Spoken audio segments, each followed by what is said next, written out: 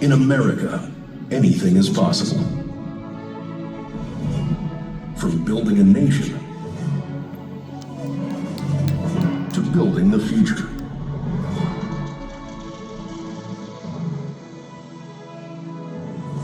From doing big things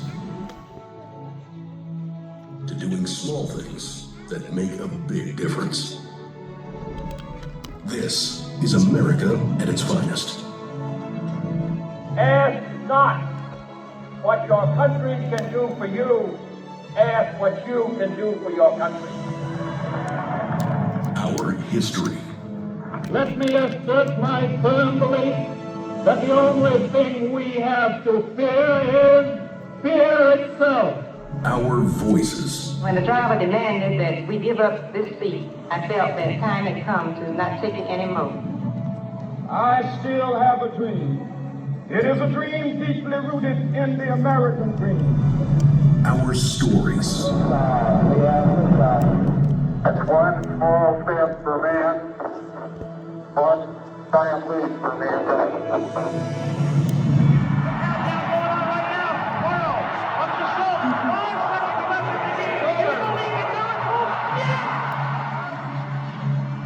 This is indeed the most tragic hour in America's history. And yet I think it can be its finest hour. I'm afraid the new dawn blooms as we free it. For there was always light if only we're brave enough to see it, if only we're brave enough to be it.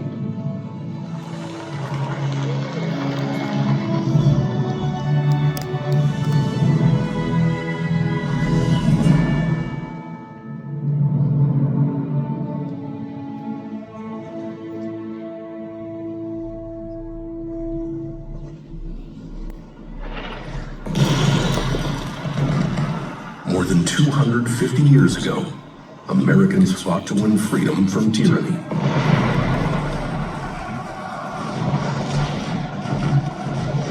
Their voices still resonate today. Give me liberty or give me death. No taxation without representation. These are the times that try men's souls. At this tumultuous time, the dawn of a new country, Revolutionary War hero George Washington had a vision. Just elected as our first president, he spoke of the American experiment, one he helped to create. The sacred fire of liberty and the destiny of the Republican model of government are staked on the experiment entrusted to the hands of the American people. This great experiment of democracy, given to us by our nation's founders, is still ongoing.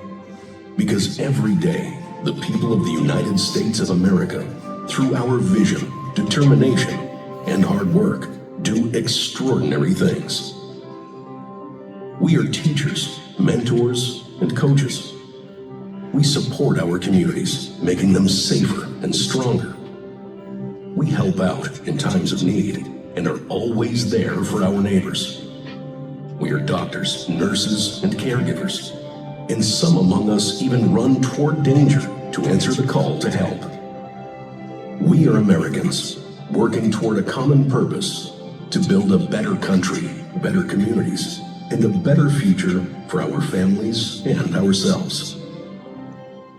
Thomas Jefferson, principal author of the Declaration of Independence and this country's third president, believed Americans had the opportunity to attain greatness based on their achievements and hard work. He wrote, Determined never to be idle, it is wonderful how much may be done if we are always doing. Today, we are still inspired by Jefferson's words. They empower each of us to pursue and celebrate our unique potential. I hereby declare each and every one of you are citizens of the United States of America. Hi, my name is Tavaski Lewin. I'm originally from Jamaica. 12 years ago, I came here on scholarship. I'm the guy who gives the scholarships now. I wanted to become an American citizen because it opens a lot of opportunities for myself and my family. I wanted to pursue a career in track and field as a coach, and that's what I'm doing right now, is giving back. I feel like I'm helping, even if it's those 4 or 5 kids that I recruit, I feel like I have a hand in that. I feel like I'm a big part of helping them and their family, and it makes me happy doing those things. I feel like that's my American dream. And the American dream to me is not to be rich, right? Because I feel like I'm rich right now. I'm not wealthy, but I'm rich. Rich with love. I have a family and I'm still doing what I love. So anywhere happiness is, I feel like that's my American dream. From the founders of our nation, we've inherited the drive to seek opportunity and the vision to believe in what's possible today and for generations to come. This concept of the American dream is something that my mom, Guadalupe Rios, brought with her to this country, knowing that this was going to be an opportunity for her kids to seek a better life. My name is Rosie Rios, and am one of 9 kids raised by a proud single mother who always wanted to make sure that we were taking advantage of these opportunities that were given to us. So I worked 35 hours a week in high school, and I think my mom instilled that work ethic. Growing up, she taught us that anything is possible in this country. Things like having the ability to get the best education. And she was able to send all 9 of us off to college as a single parent. My background's in finance, job creation, and economic development. And it was fall of 2008, at the height of the financial crisis, when I received a call to help implement the legislation to put the economy back on track. It was one of the most consequential times of our economic history. And so I felt this duty, I felt this responsibility, so I became Treasurer of the United States for 8 years. Hello, I'm Rosie Rios, Treasurer of the United States. Welcome to the U.S. Department of the Treasury. My story is a story of having a good work ethic and thinking beyond yourself.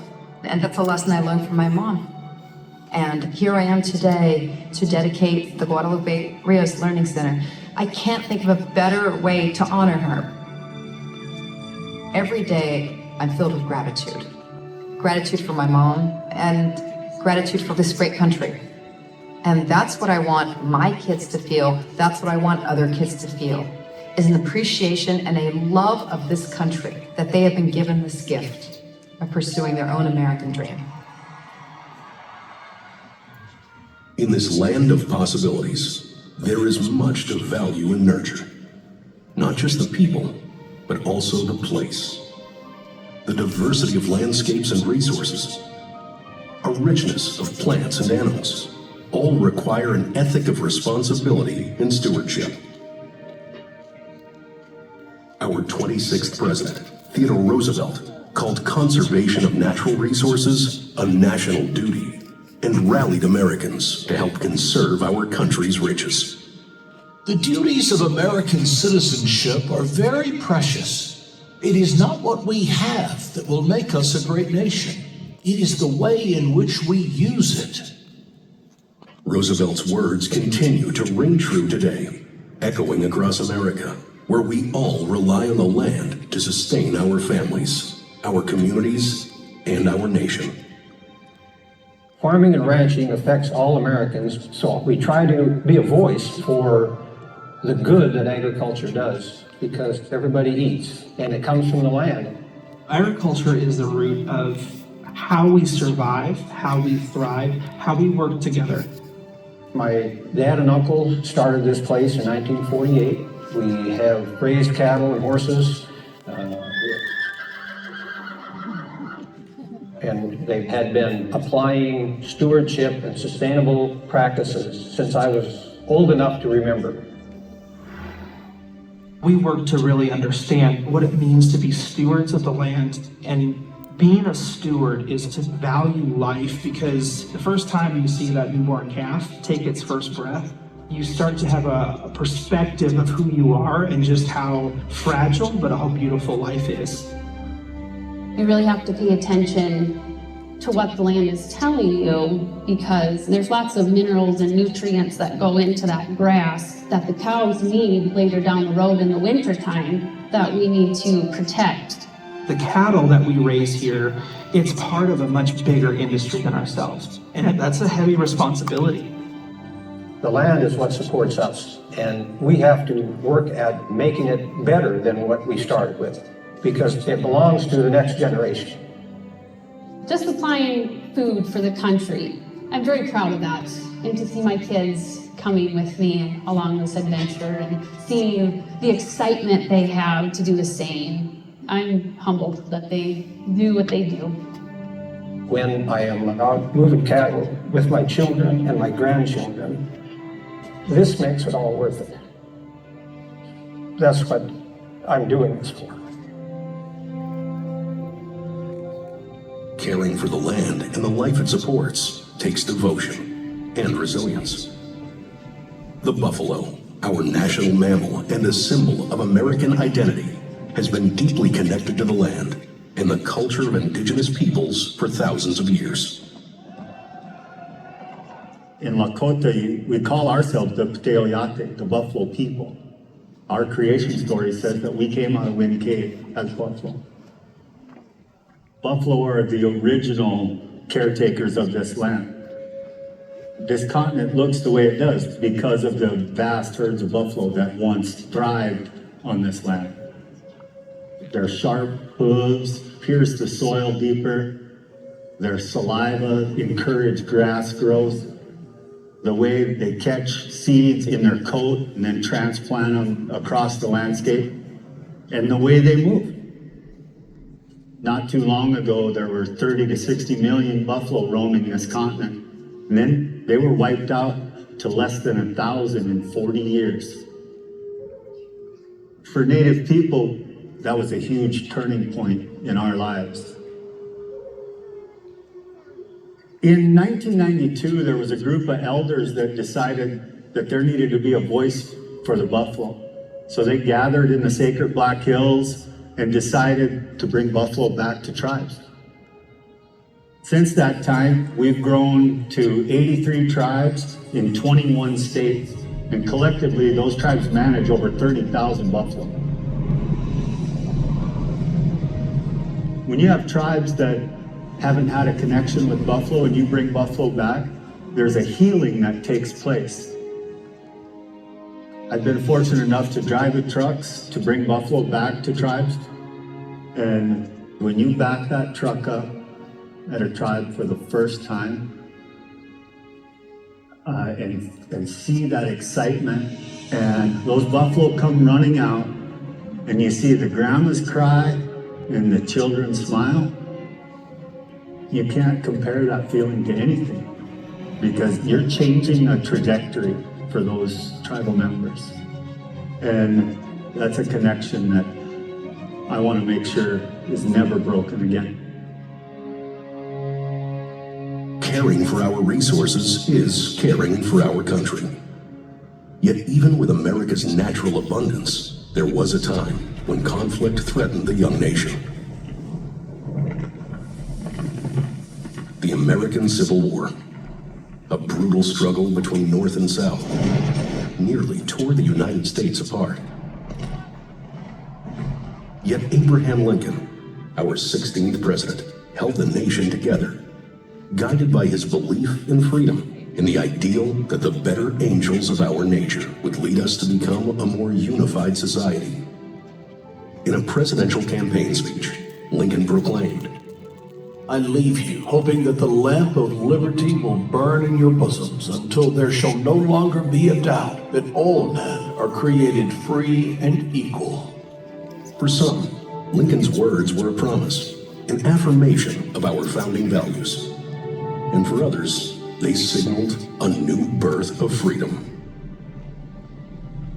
Our freedom, however, is not free.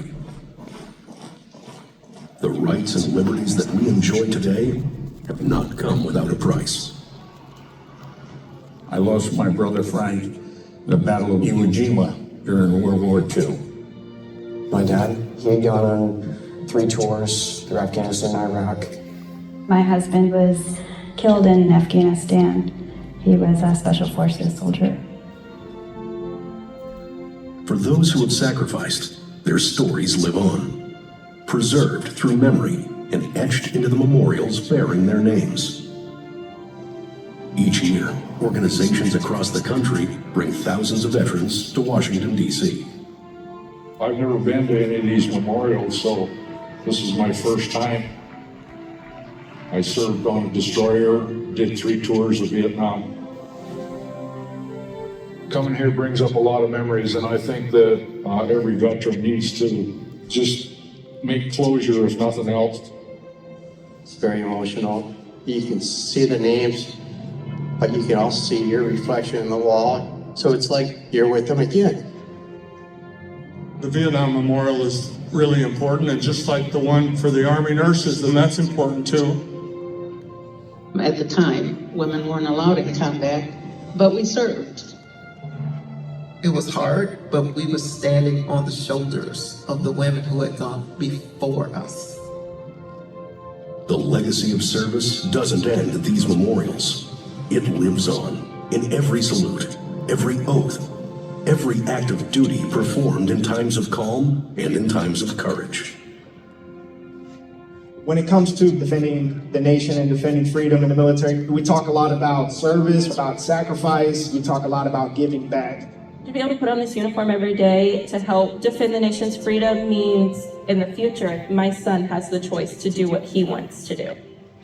We have a lot of really amazing people that give it their all every single day to uphold the Constitution and defend the United States of America.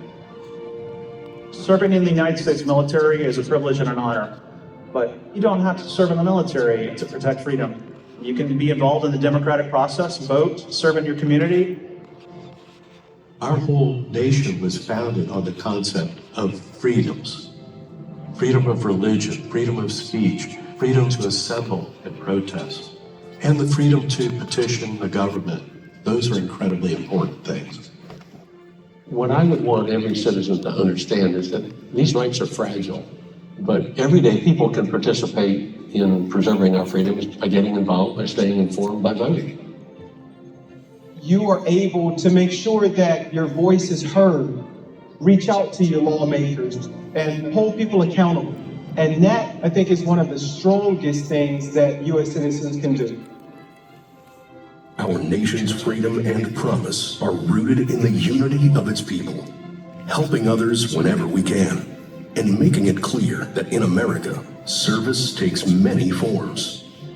Defending our freedoms, safeguarding our natural resources, and building opportunities for our communities, our families, and ourselves. As we look back, we see that the values on which our country was founded are a gift passed down by generations of Americans who dared to envision what the nation could become. Tonight, we are reminded that the promise of America is ongoing, and we are called upon to help chart the way forward.